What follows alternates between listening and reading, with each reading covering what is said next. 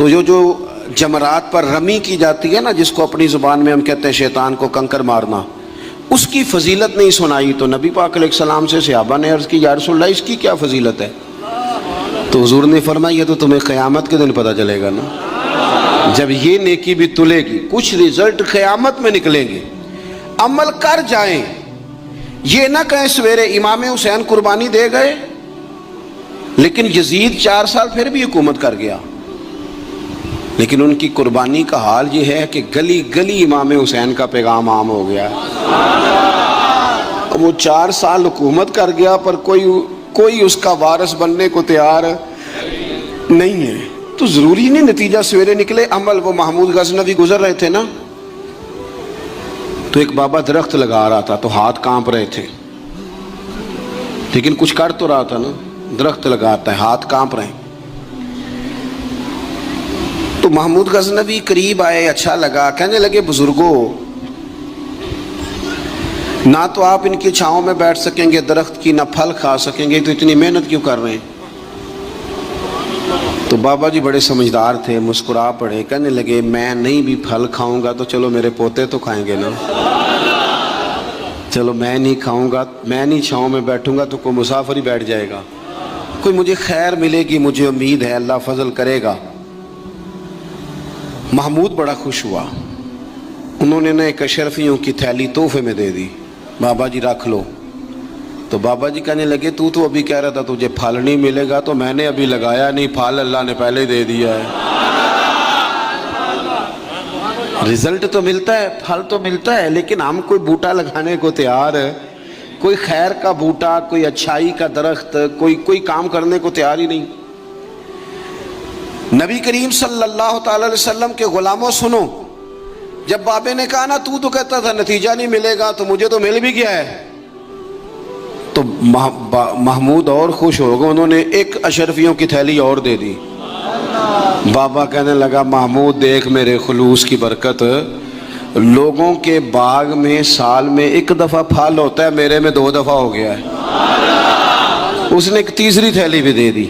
شرط یہ ہے کہ ہم کوئی خیر کا کام کریں، کوئی اچھائی کا کام کر جائیں، کوئی بہتری ہو جائے، کوئی ایسا اسلوب اختیار کریں جس سے کسی کو نفع ہو جائے، لیکن ہمارا مزاج یہ ہے کہ ہم بھلائی کرنے کو تیار۔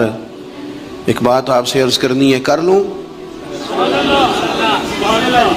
کچھ نہ ہو سکے تو دوستوں کی صلح کرائیں، لڑائی نہ کرائیں۔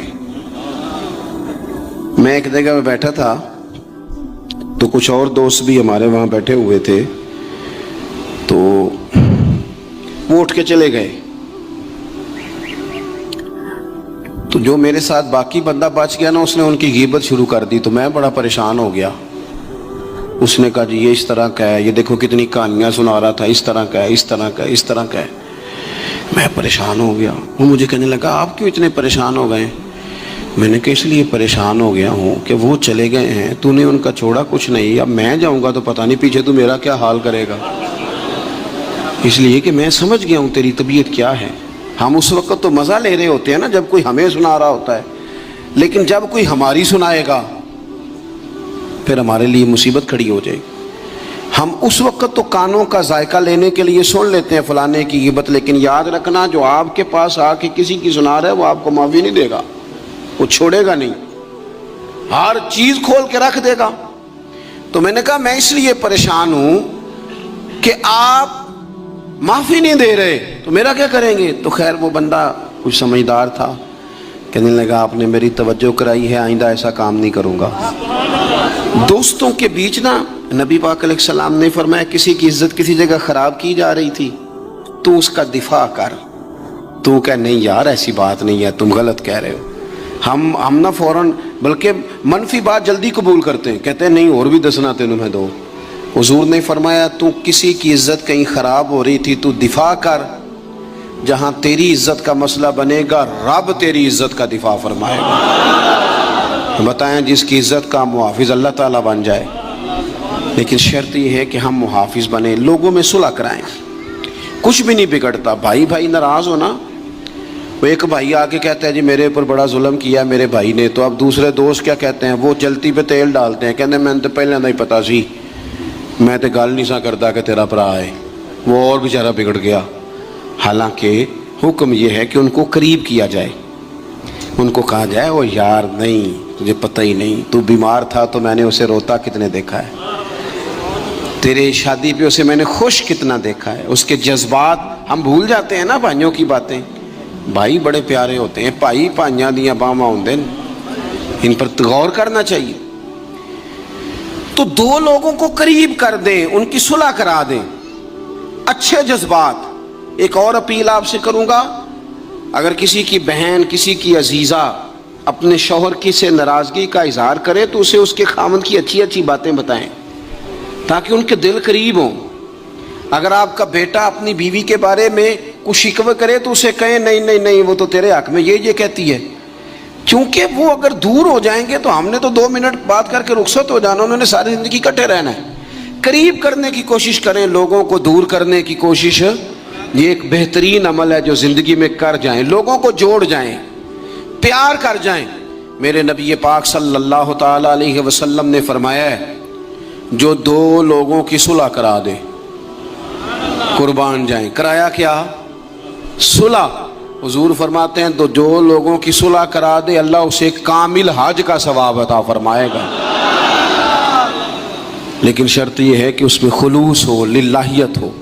زندگی میں ہم نے کوئی کام کرنا ہے، ہم نے صبح اٹھنا ہے تو جد و جہد کرنی ہے۔ حضرت عمر بن عبدالعزیز کی عمر پورے 40 سال نہیں ہوئی، 39 سال ہوئی ہے، ممبروں پہ ذکر ہوتا ہے، پوری 40 نہیں 39 سال انہوں نے حکومت بھی کی، 5 سپارے قرآن پاک بھی روز پڑھا، ہزاروں کی تعداد میں درود و سلام بھی روز پڑھا، غریبوں کی مدد بھی کی، مہمان خانے بھی بنائے، مسجد۔ جس نے کام کرنا ہے پھر اس نے انتظار، جلدی سے کام کریں، جلدی سے کچھ شروع کریں، اپنی زندگی کے معاملات کو مینج کریں۔ ہمیں اللہ نے بڑی بڑی صلاحیت دی ہوتی ہے پر وہ سارا زنگ لگ جاتا ہے، ادھر بیٹھے گپیں کی، بھاگے دوڑے، کھائے پیے، فارغ ہو گئے، اس سے نقص واقع ہوگا۔ آخری بات آپ حضرات کی خدمت میں یہ عرض کرنی ہے، میرے دوستو، زندگی نا تیزی سے گزر رہی ہے، ہم مانتے نہیں۔ ویسے یہ ہے کہ بہت سارے لوگ ایسے ہیں جن کی صحت اب ویسی نہیں رہی جیسی پہلے تھی، مانتے نہیں ہم، لیکن ہم نے کافی سارے جنازے پڑھے، جنہاں باجوں ایک پل نہیں سا رہندے، انہوں شکلاں یاد ہی نہیں رہیاں۔ ہم نہ سمجھتے ہیں دوسرے کے ختم پہ آئے شاید ہمارا پڑا ہی نہیں جانا، دوسروں کے جنازے پہ ہیں تو بس اسی کا جنازہ ہونا تھا، میرا ہونا ہی نہیں۔ تھوڑا سا نا سامان عبرت بھی حاصل کریں، لائٹ بند کر کے بھی رات کو صرف موبائل نہ دیکھا کریں، 10 منٹ نہ سوچنے پہ لگائیں کہ اگر آج جانا پڑے رب کی بارگاہ میں تو میری کو تیاری ہے۔ تھوڑا سا اپنے اوپر غور کریں۔ میں آپ سے عرض کروں، ایک ٹائم پہ بندہ بالکل اکیلا رہ جاتا ہے، بالکل۔ میں نے دیکھا ہے کہ بزرگ اگر بیمار ہو گئے تو بچے ایک دوسرے سے مشورہ کرتے ہیں کہ آج تو رہنا ہے تو کل پھر میں اسپتال رہا گا۔ ٹائم کوئی نہیں ہے لوگوں کے پاس، وقت کوئی نہیں۔ میں جنازوں پہ جاتا ہوں، میں دیکھتا ہوں کہ لوگ کہتے ہیں دیر نہ کرو جی، مہمان دور دور سے آئے ہوئے، روٹی کھا کے واپس جانا ہے۔ نہیں جی پوچھتا کوئی بھی، ختم ہو۔ آؤ پہ دس دیاں جے قبراں جنہاں تے پھول پے، ادھروں کوئی بھی نہیں آمدہ، ادھروں تے لکھاں گئے۔ کوئی بڑے بڑے نامی گرامی لوگ تھے، ہم سے زیادہ اشتہار چھپتے تھے، بڑے رولے تھے، کدھر ہیں وہ آج؟ ختم ہو گئی بات۔ تھوڑا سا نہ جانے کی تیاری بھی، وہ کچھ پیسے نہیں سیڑتے سیانے کے اندر رکھ چھڑنے چاہیے نے، مشکل آ جاتے کام آؤندے نے۔ اس طرح کچھ نیکیاں بھی سائیڈ پہ رکھیں، کسی کو پتہ نہ چلے، تاکہ قبر میں حشر میں کام آ جائے۔ کچھ چیزیں سائیڈ پہ، مہربانی کرو اتنا زیادہ دوسروں کے لیے جینا، ہر وقت دوسروں کی بات کرنا، اپنے آپ کو ٹائم دو۔ حضرت عمر فرمایا کرتے تھے اپنا حساب کر اس سے پہلے کہ اللہ تیرا حساب کرے۔ تو اپنا حساب کر، کچھ ڈیوٹی کریں، کوئی تھوڑا تھوڑا کام کریں۔ دیکھو نا یار، گھر والوں سے چوری